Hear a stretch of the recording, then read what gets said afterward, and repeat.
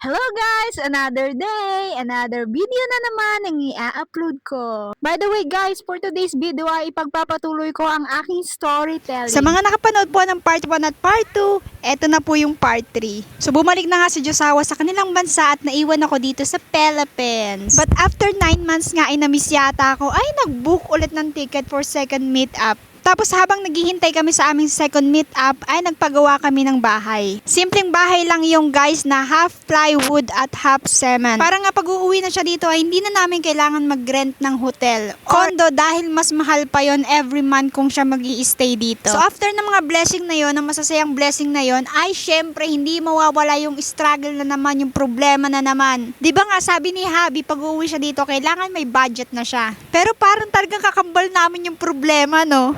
Pero guys, after magawa yung bahay ay may bad news. Ang nanay kasi ni Josawa ay namatay. Since nag-iisang anak lang siya lang ang kailangan maasikaso at gumastos para sa burol ng kanyang nanay. Kasi nga sa pamilya niya guys, hindi katulad ng mga Pilipino, pag may nawawala o kamag-anak, nagbibigay ka ng pera o tumutulong ka.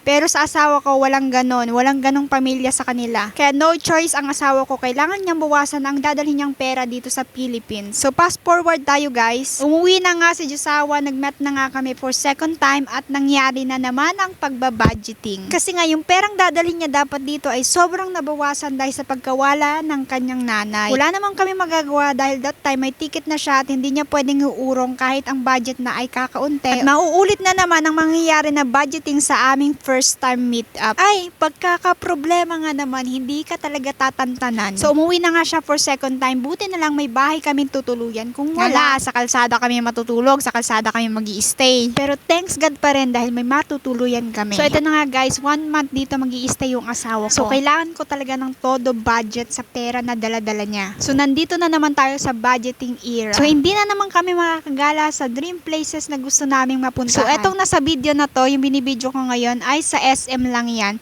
So sa bayan lang namin siya o sa bayan ko lang siya ginagala. Siguro mga first week nabibili pa namin yung gusto naming bilhin na hindi pa namin tinitingnan yung price. Pero yung mga sumunod na linggo na, ayun, hindi ko na alam kung anong gagawin ko talaga. More on bahay, stay na lang kami, pumupunta na lang kami sa malapit na beach, at more on lutong bahay na lang ang hinahain ko sa asawa ko. Pero guys, talaga struggle. Dahil ang asawa ko guys ay hindi nakakain ng meat, fish. Kaya pahirapin talaga ako sa kanya kung ano bang papakain ko sa kanya, kung ano bang lulutuin ko sa kanya. Struggle is real talaga sa pag-aasawa ng foreigner. Hindi ganun talaga kadali mga sis. At guys, pati kanin hindi to nakain dahil sa kanila once a year lang to kumakain. Pero since no choice siya, dahil mahal yung mga burger patty dito o kaya yung kinakain yung mga patata sa kanila. So pinilit niya talagang kumain. So pero nilulutuan ko siya ng fried rice, egg, ganun, hotdog, putlog, eggplant kasi yan ang nagustuhan niya dito. Pero guys, laking pasasalamat ko sa Panginoon dahil nakaraos kami ng 1 month. Kahit ang dami kong problema, especially financially. At nakabalik naman ang asawa ko na maayos sa kanilang bansa. That's all muna for today's guys. Ang part 4 ay sa next video na.